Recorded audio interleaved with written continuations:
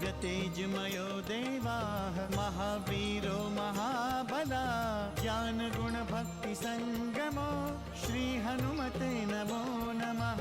जय हनुमान संकट मोचन जय हनुमान। जय हनुमान संकट मोचन जय हनुमान। केसरी नंदन तिहु जगवंदन अंजनी सुत बलधारी। केसरी नंदन तिहु जगवंदन अंजनी सुत बलधारी। संकट मोचन नाम तुम्हारा संकट मोचन नाम तुम्हारा हर संकट पे भारी। जय हनुमान संकट मोचन जय हनुमान। जय हनुमान संकट मोचन जय हनुमान। संकट उसके निकट न आवे ले जो शरण तुम्हारी। संकट उसके निकट न आवे ले जो शरण तुम्हारी। संकट मोचन नाम तुम्हारा संकट मोचन नाम तुम्हारा हर संकट पे भारी। जय हनुमान संकट मोचन जय हनुमान। जय हनुमान संकट मोचन जय हनुमान। जिसके संकेत पर हनुमान मुझ पर मृत्यु घात करने वाले हैं उसे जीवित नहीं छोड़ूंगा महादेव। जिस आवश्यक कार्य के लिए आप जा रहे हैं वो आवश्यक कार्य आप नहीं कर सकते। बाली एक बार जो सोच लेता है उसे अधूरा नहीं छोड़ता। महाराज केसरी, आपका पुत्र दशरथ नंदन श्री राम के साथ है। क्या पता मदारी के रूप में ये कोई त्रिकालदर्शी हो।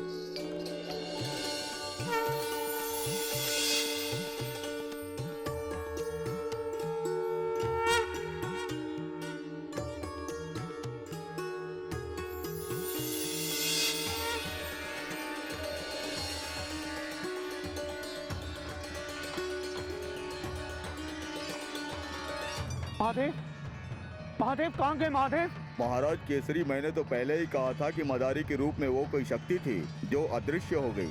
आप सत्य कह रहे हैं ऋषिराज, वो कोई और शक्ति नहीं, स्वयं देवादिदेव थे।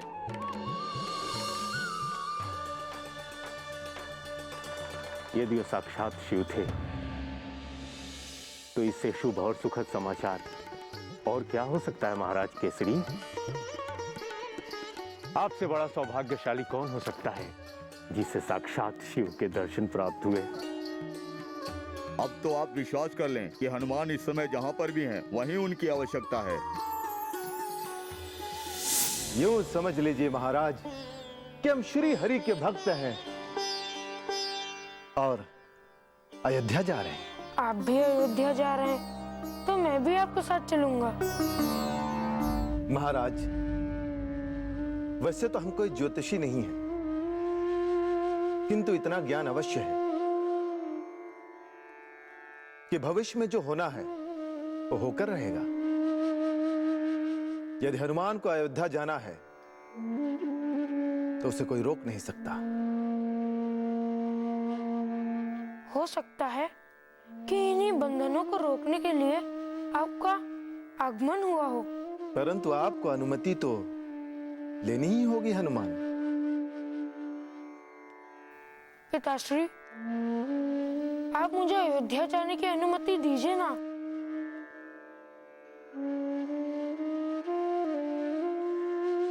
ठीक है पुत्र,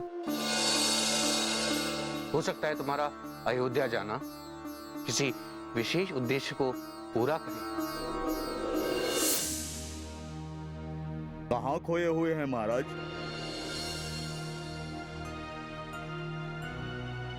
मुझे सत्य का ज्ञान हो गया है ऋषिराज। अब मैं पूरी तरह अस्वस्थ हो गया हूं। मुझे अब हनुमान को लेकर कोई चिंता नहीं है। आप सभी धन्यवाद के पात्र हैं जो आपने स्वयं हमें महादेव के दर्शन कराए। यदि मैं अयोध्या के लिए प्रस्थान कर जाता तो कदाचित मैं स्वयं श्री भोलेनाथ के दर्शन नहीं कर पाता। धन्य हैं आप सभी। अब हमें सुमेरु लौटने की अनुमति दें। आपको तो महादेव से ही सुमेरु लौटने की अनुमति मिल गई है महाराज केसरी।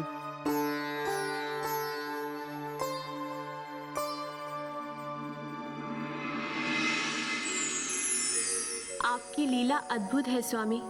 सुमेरुपति केसरी को तो आपने अपना भेद बता दिया, पर अयोध्यापति दशरथ अंत तक आपका रहस्य नहीं समझ सके।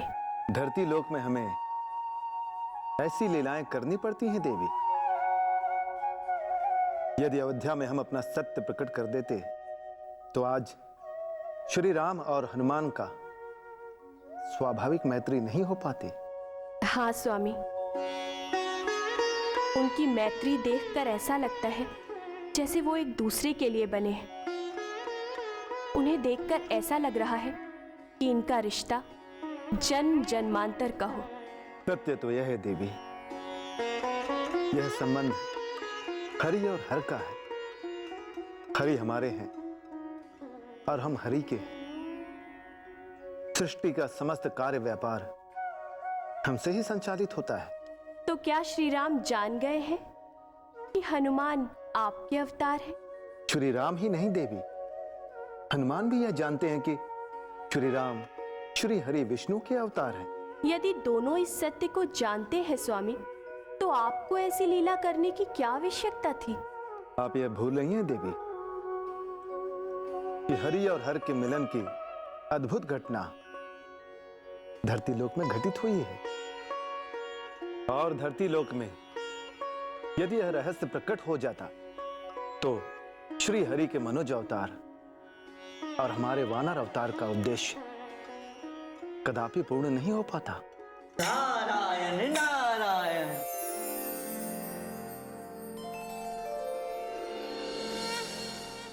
संकट मोचन जय हनुमान।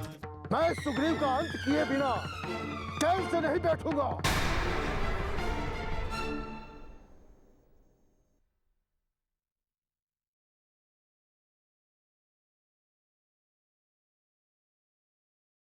संकट मोचन जय हनुमान। बड़े प्रसन्न दिखाई दे रहे हैं देव ऋषि।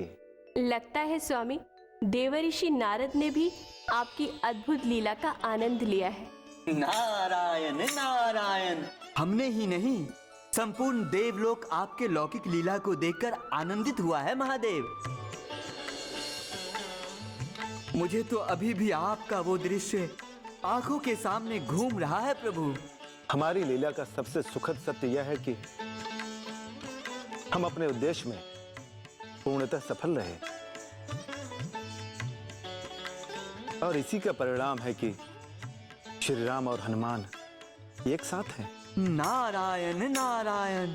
लगता है श्री राम और हनुमान की लीला अभी से शुरू हो जाएगी प्रभु।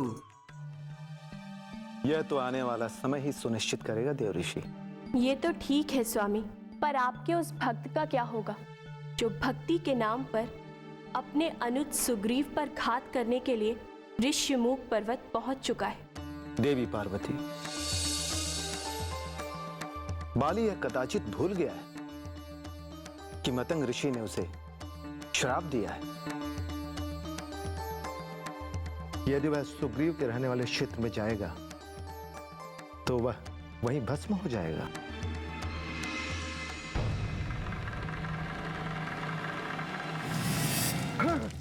नहीं, कोई भी मेरा मार्ग नहीं रोक सकता। कोई भी नहीं, कोई भी नहीं, कोई भी नहीं, कोई भी नहीं। तेरी माया काम नहीं आएगा सुग्रीव। मैं स्वयं अपने हाथों से तेरा वध करूंगा।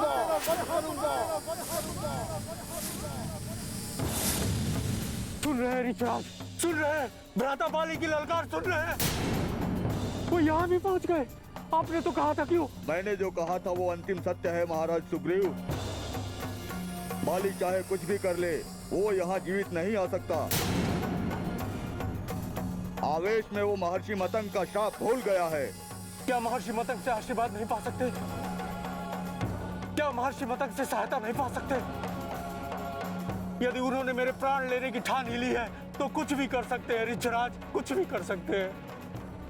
आदेश दे वानरराज, हम अभी किष्किंधराज का अहंकार चूर कर देते हैं। नहीं, कदापि नहीं। भ्राता बाली का सामना महादेव के अतिरिक्त कोई नहीं कर सकता। शीघ्र अतिशीघ्र यह स्थान छोड़ देना चाहिए। सुन ले सुग्रीव, सुन ले सुग्रीव, सुन ले सुग्रीव, सुन ले सुग्रीव। यदि तू शंकर सुमन हनुमान की सहायता प्राप्त कर सकता है तो मैं भी महादेव को प्रसन्न कर सकता हूँ, प्रसन्न कर सकता हूँ, प्रसन्न कर सकता हूँ, प्रसन्न कर सकता हूँ, प्रसन्न कर सकता हूँ। संसार की कोई भी शक्ति मेरा मार्ग बाधित नहीं कर सकती, बाधित नहीं कर सकती, बाधित नहीं कर सकती, बाधित नहीं कर सकती, बाधित नहीं कर सकती। तेरे अंत के लिए मैं कुछ भी कर सकता हूँ। तुम जो अग्नि की माया दिखा रहे हो तो सुन ले, ये अग्नि क्या, जल वायु सबको मैं अपने वश में कर लूंगा, वश में कर लूंगा, वश में कर लूंगा, वश में कर लूंगा, वश में कर लूंगा। अब मैं देखता हूँ कि केसरी का पुत्र हनुमान तुझे किस तरह सहायता देता है। सुनिए ऋषराज, उसे यहाँ हनुमान के आने की सूचना भी मिल गई है। मैं बार बार कहता हूँ कि कोई भी सूचना मिल जाए, वो कोई भी साधना कर ले, किंतु वो यहाँ तक नहीं आ सकता। उसे महर्षि मतंग ने महादेव की समस्त शक्तियों के प्रभाव से शाप दिया है। ऋषराज, क्या महर्षि मतंग के श्राप का प्रभाव समाप्त नहीं हो सकता है? नहीं सुग्रीव, नहीं। किसी भी स्थिति में शाप का प्रभाव समाप्त नहीं हो सकता। ऋषि मतंग का श्राप अटल है। तो क्या भ्राता बाली को इस श्राप का ज्ञान नहीं है? अभी तक बाली उस श्राप को आपकी माया समझ रहा है। वो इसी छद्म विश्वास में है कि वो इस माया को समाप्त कर सकता है। सुग्रीव! सुग्रीव! सुग्रीव! कहाँ कारों की तरह छुपा है सुग्रीव? सुन रहे ऋषराज, देखिए वो अब भी मुझे ललकार रहा है। सत्य तो ये है सुग्रीव कि आप में बाली का भय समा गया है, और यदि आप इतने ही भयभीत हैं तो मैं स्वयं बाली से मिलता हूँ। तुम सभी यहीं रुको, मैं वहाँ अकेला ही जाऊंगा।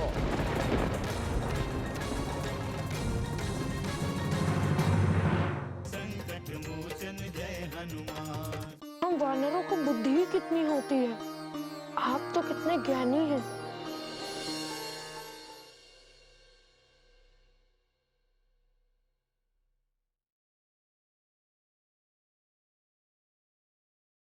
संकट मोचन जय हनुमान। किष्किंधाराज, ऋषराज, आपने जो किया है वो उचित नहीं किया है। आप न्याय के पक्षधर होते हुए भी अन्याय किए हैं, घोर अन्याय। न्याय और अन्याय का निर्धारण आप नहीं कर सकते महाराज बाली। आपके लिए जो अन्याय है, हो सकता है मेरे लिए वो न्याय हो, और उसी प्रकार आपके लिए जो न्याय है वो मेरे लिए अन्याय हो सकता है। आप कहना क्या चाहते हैं ऋषराज? मैं अन्यायी हूँ? किसके साथ अन्याय किया है मैंने? तत्काल मैं आपसे इस विषय में वार्ता करने नहीं आया हूँ किष्किंधापति। मैं तो आपको ये स्मरण कराने आया हूँ कि ये क्षेत्र आपके लिए शापित है। मुझे दिग्भ्रमित मत कीजिए ऋषराज। मैं आपके तर्कों से भयभीत नहीं होने वाला। तर्क नहीं, अपितु सत्य कह रहा हूँ महाराज बाली। आपका सत्य क्या है ऋषराज? सत्य तो ये है कि आप मतंग क्षेत्र में कदापि प्रवेश नहीं कर सकते। मैं किष्किंधापति हूँ और कोई भी मुझे कहीं भी आने जाने से नहीं रोक सकता।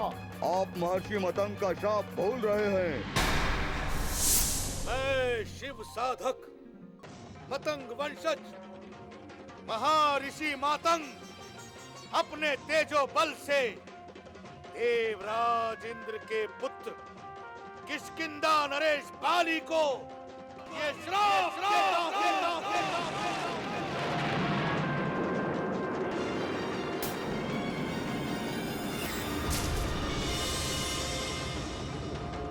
कि जैसे ही वो ऋषि मुख पर्वत के समीप आएगा, मृत्यु को प्राप्त होगा।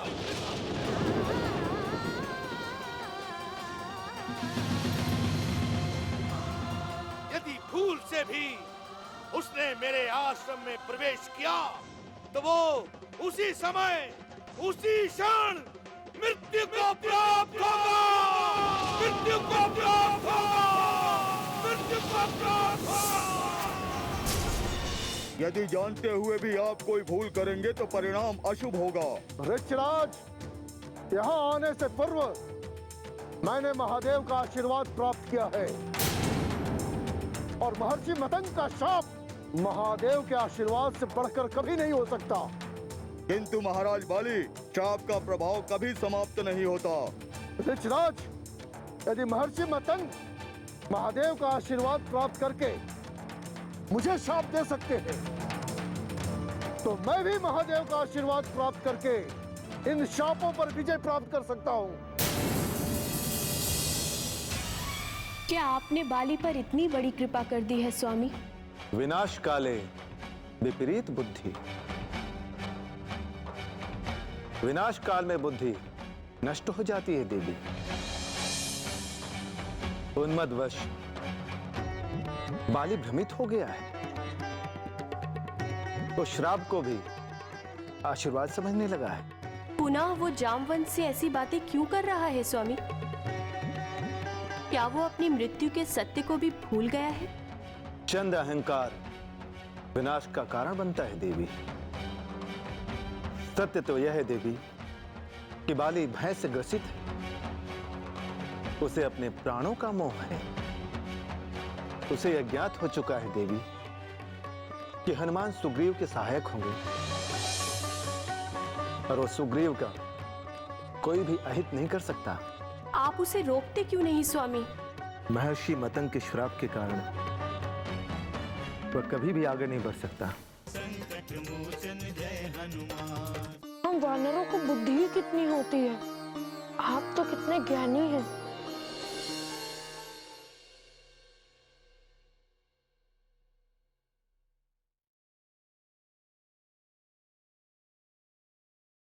संकट मोचन जय हनुमान। वानरराज सुग्रीव पर घात करने से पूर्व आपको अपने प्राणों की रक्षा करनी होगी किष्किंधाराज। महादेव की कृपा से मतंग ऋषि का श्राप का प्रभाव कदापि समाप्त नहीं होगा। उनकी कृपा से श्राप का रूप बदल सकता है। ये आप भी जानते हैं कि श्राप एक शक्ति है, ऊर्जा का एक रूप है जो कभी समाप्त नहीं हो सकता। चाहे जो भी हो ऋषराज, मेरा लक्ष्य अटल है। मैं सुग्रीव का अंत किए बिना चैन से नहीं बैठूंगा। इसके लिए आप महादेव से प्रार्थना क्यों नहीं करते? वो तो महाकाल हैं। वो जिस पर भी अपनी दृष्टि डाल देते हैं वो भस्म हो जाता है। मुझे भ्रमित करने का प्रयास मत कीजिए ऋषराज। मैं भली भांति जानता हूँ कि आप सुग्रीव की सहायता कर रहे हैं। कोई किसी की सहायता करके विधि के विधान को नहीं टाल सकता किष्किंधाराज। जब सुग्रीव का वध आपके हाथों होना होगा तब उसे कोई नहीं रोक सकता, शंकर सुवन केसरी भी नहीं। यही सत्य है देवी। जामवंत ने बाली को संकेत में सब कुछ बता दिया है। अब उसे कोई उचित निर्णय अवश्य लेना चाहिए। बाली तो अपना निर्णय ले चुका है स्वामी। ये उसका निर्णय नहीं, उसकी अज्ञानता है देवी। एक ओर वह हमारे अवतार हनुमान से भयभीत है, तो दूसरी ओर हनुमान की भविष्य की लीलाओं को नकार रहा है। इसका परिणाम क्या होगा स्वामी? बाली को किष्किंधा लौट जाना चाहिए देवी। उसके भविष्य का निर्णय श्री राम और हनुमान ही सुनिश्चित करेंगे।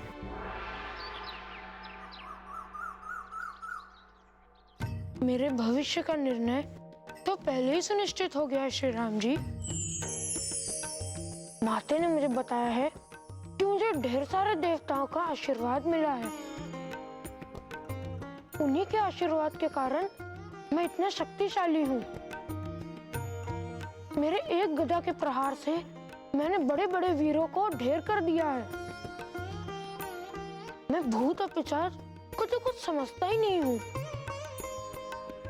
एक बार गुरुदेव के आश्रम में भूतों ने उत्पात मचाना आरंभ कर दिया था।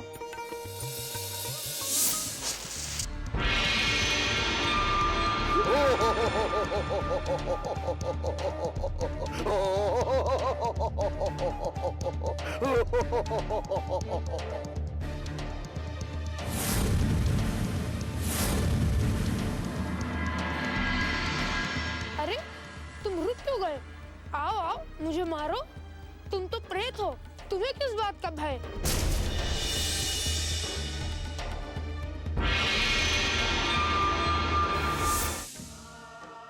ऐसी तो कई कथाएं हैं श्री राम जी, परंतु ये सब जो मैंने किया वो अपनी अल्पबुद्धि से किया। हम वानरों को बुद्धि ही कितनी होती है, बल के साथ साथ ज्ञान भी जरूरी होता है। आप तो कितने ज्ञानी हैं, आप तो भगवान हैं। आपके मार्गदर्शन से मैं भी कुछ कर सकता हूँ। हनुमान, तुम्हारे पास सब कुछ है,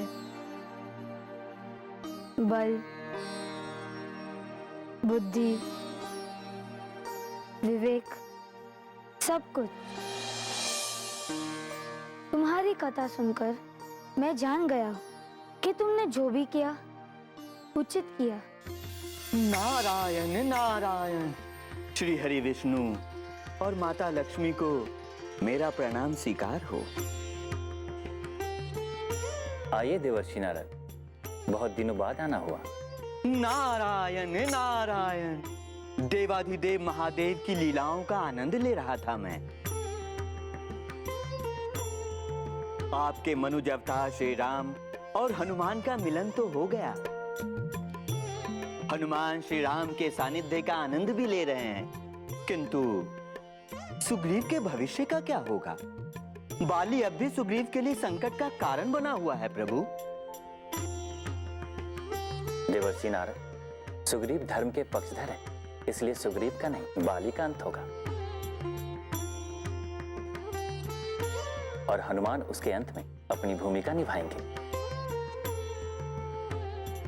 सुग्रीव का कोई कुछ भी अहित नहीं कर सकता। नारायण नारायण। हम सब भी यही चाहते हैं प्रभु।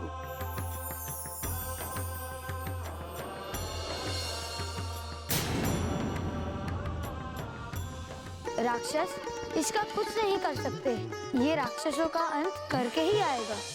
हनुमान जय हनुमान, असुर निकंदन जय हनुमान।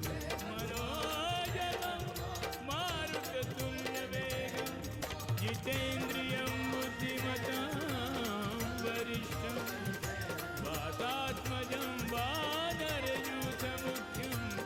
श्रीरामदूतं शरणं प्रपद्ये।